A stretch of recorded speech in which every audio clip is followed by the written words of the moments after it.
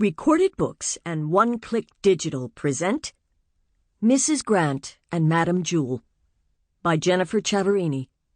Narrated by Christina Moore. Prologue. June 1834.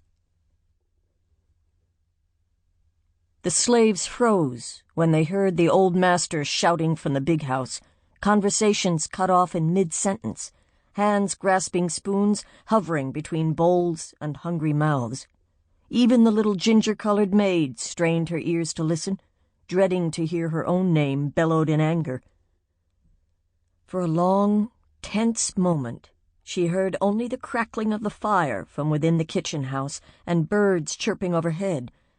But then Tom shook his head and resumed eating. "It ain't us," the lanky coachman said through a mouthful of oat porridge.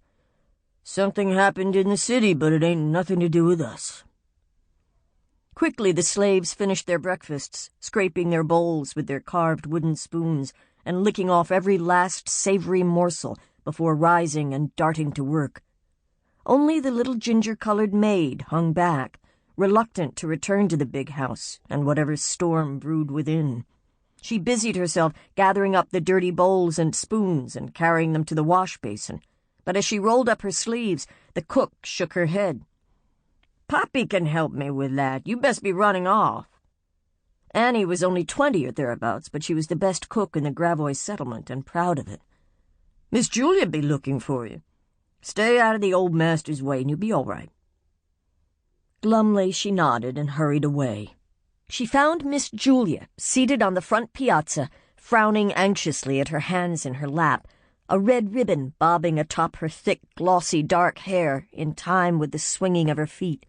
She glanced up at the sound of her maid's bare feet on the well-worn path, her expression sweet, her skin soft and rosy. But she held her head awkwardly, tilting it this way and that, trying to fix her gaze on her maid despite her cross-eye. "There you are!"